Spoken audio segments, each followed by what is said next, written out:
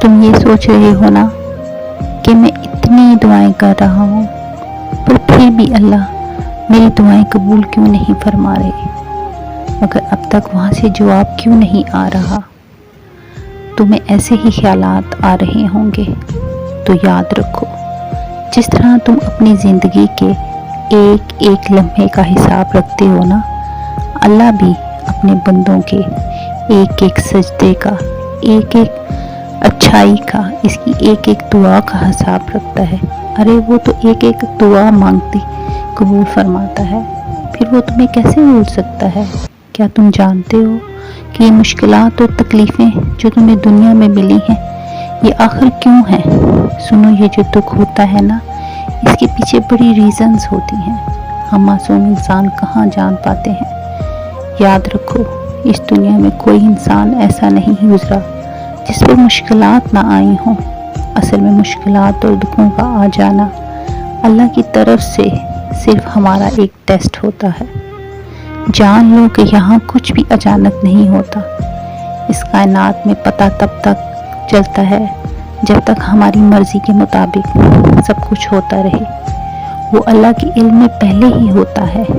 اللہ قرآن پاک میں فرماتا ہے، ان دکھی دلوں کو جن کو تکلیف یا کوئی غم ہے میں اس سے زیادہ محسوس کرتا ہوں۔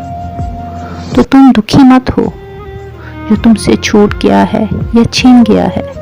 کوئی موقع تھا، ہاتھ سے نکل گیا، کوئی دولت تھی، ہاتھ سے نکل گئی، کوئی جو تمہاری من پسند چیز تھی جس کو تم بہت ضروری سمجھتے تھے، ہاتھ سے نکل گئی۔ سنو، میرا اللہ قرآن پاک میں خود تم سے فرما رہا ہے کہ جو چیز تمہارے ہاتھ سے نکل جائے اس پر ہرگز غم نہ کر، کیونکہ اگر تم افسوس کرو گے تو اس کا مطلب کہ تمہیں اللہ پر یقین نہیں۔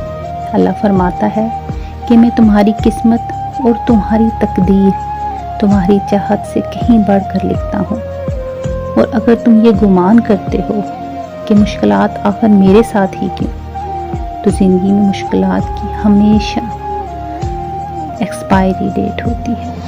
غم مسلسل نہیں رہتا، یہ صرف ایک ٹیسٹ ہے جس کا دورانیہ کسی کے لیے کم اور کسی کے لیے تھوڑا سا زیادہ ہو جاتا ہے، لیکن جب یہ تمہاری آزمائش سے گزر رہے ہو تو وہ سمجھتا ہے کہ یہ آزمائش تو کبھی ختم ہی نہیں ہوگی۔ اس دیری کے پیچھے کی مصلحت کو نہیں جان پاتے۔ جان لو کہ اللہ کبھی بھی تمہارا نقصان نہیں کرتا۔